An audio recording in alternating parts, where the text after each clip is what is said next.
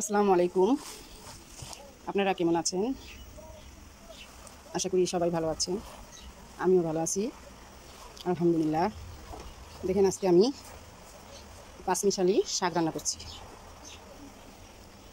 এই শাকটা যেরকম আমি সব কিছু দিয়ে দিব: রসুন কুচি, পেঁয়াজ কুচি, লাল পাকা মরিচ দিয়ে সিদ্ধ করব। সিদ্ধ করে এখন আমি লবণ দিয়ে দিচ্ছি। লবণ দিয়ে এটা সিদ্ধ হবে। সিদ্ধর পর তারপরে আমি সুন্দর করে এটা নামিয়ে তারপরে রসুন শুকনো মরিচ দিয়ে বাগার দিব।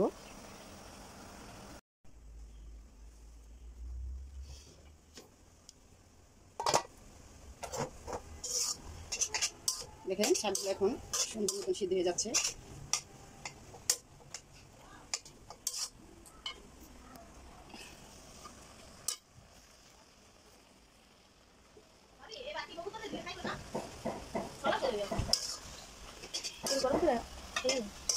আচ্ছা, দেখুন, রসুন কুচি, পেঁয়াজ কুচি, লাল লাল মরিচ, কাঁচা মরিচ দিয়ে সিদ্ধ করে নিলাম। এভাবে দেখতে অনেক সুন্দর লাগছে। এই শাকটা গরম গরম ভাত দিয়ে, গরম শাক দিয়ে খেয়ে দেখবেন, অনেক টেস্ট। সবারই প্রিয় পাঁচমিশালি শাক। আমি যেভাবে রান্না করি আমার কাছে সেভাবেই অনেক ভালো লাগে।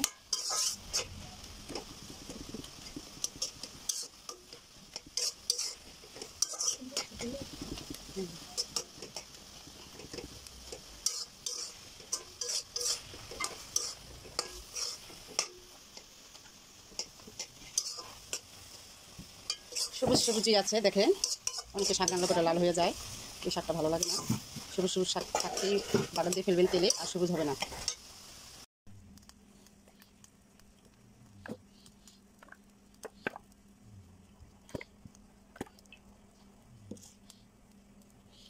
তেল দিয়ে দিয়েছি। এখন দেখেন, শুকনো মরিচগুলো দিয়ে দিব।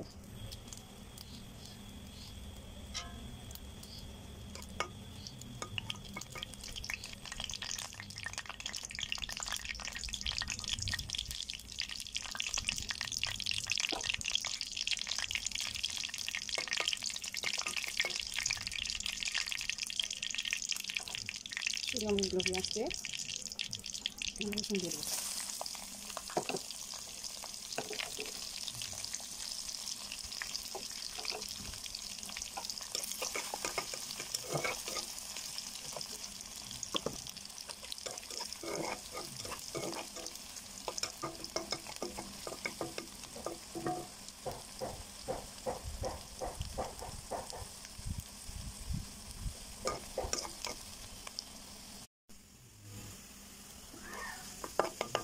হয়ে গেছে রসুন লাল লাল। আমি শাকগুলো দিয়ে দেবো।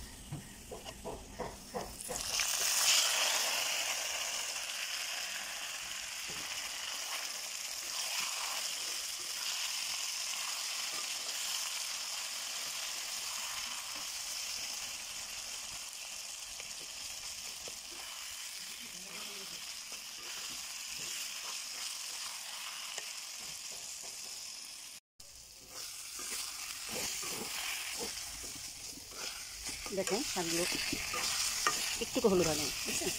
সবুজ সবুজ সব মরিচগুলো ভেঙে চুড়ে সুন্দর মিক্সার হয়ে গেছে। সুন্দর একটা রসুন, লাল মরিচে, মানে কাঁচামরিচ যেগুলো পাকা যায়, পাকা হয়, পাকা পাকা, সেগুলো দিলে একটা গানই জানাবে। অনেক সুন্দর দিয়ে হয়েছে, খেতেও অনেক ভালো লাগবে। গরম ভাত দিয়ে টেস্ট। যে ভাত খাবেন হাফ প্লেট, সে খেতে পারবে এক প্লেট। মাছ গোস দিয়ে ভাত খাওয়া যায় না, শাক দিয়ে তার থেকে বেশি খাবেন।